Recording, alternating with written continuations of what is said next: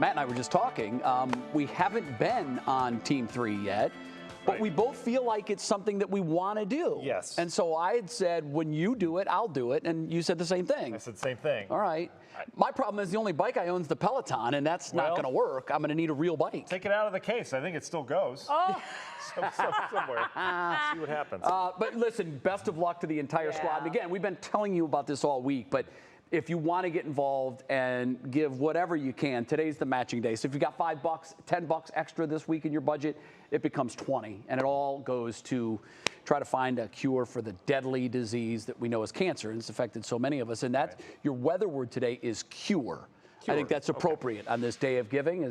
That's why everybody's riding, and that's what we're looking for. Yeah, always a great event, great turnout. It's amazing the support for Velosano, too. Every single year I'm blown away by support. So we need support from Mother Nature this weekend. Hopefully we get it. Hopefully we get it. We've had some hot Velosanos. We've had some rainy ones as well. And in terms of this weekend, I think we're going to thread the needle and be okay. So we'll get to that in a minute. But if you've got evening plans, perhaps grilling out back for, I mean, we're not towards the last days of the summer, but boy, we're getting there fast, especially with these temperature changes. We look okay outside this evening. Couple spotty showers out there moving in from the west. I'll take you through that. Overall, most of us dry. We're right near 80 degrees, upper 70s for others. But the thing that hasn't changed today is our dew point. Our dew point remains thick. It's still kind of humid outside, so that 79, 80 degrees doesn't feel too pleasant, but you know, it still is summertime. The humidity remains around the Great Lakes, but then you get up towards the upper Midwest. That's where that dry, crisp, fall-like air is.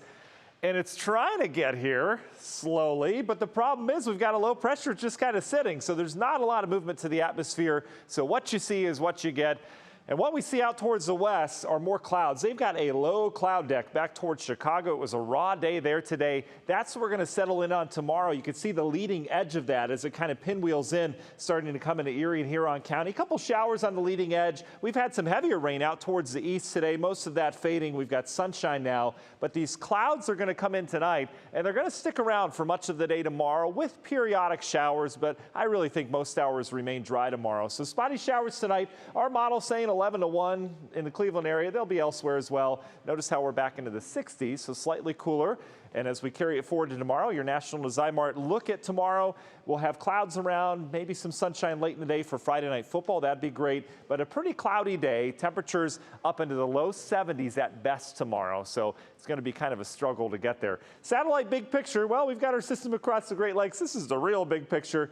But notice the feature, the sun now setting on what is Hurricane Lee right now, way out in the Atlantic. This thing's 2,500 miles away from us, 600 miles away from areas of the Lesser Antilles. But look at how it has strengthened over the last 24 hours. Real decent eye wall right now as that sun sets. You get the real good angle of the clouds there on the visible satellite. This is an impressive storm, and this will continue to strengthen. Notice it has now gone from 105 up to 130 mile per hour. That is a big difference in an advisory period. And we're now talking a major hurricane as of the last hour in Hurricane Lee. So where's it go from here? Expected to become a Cat 5 here tonight. That's the biggest hurricane that you can get in terms of wind speed. And it's going to be steered by a high pressure off towards the north. So that will continue to drive Lee off towards the west, as you'd expect for tropical systems. Where does he go from there, though? Here's the spaghetti plots. These are all the different models showing where it goes.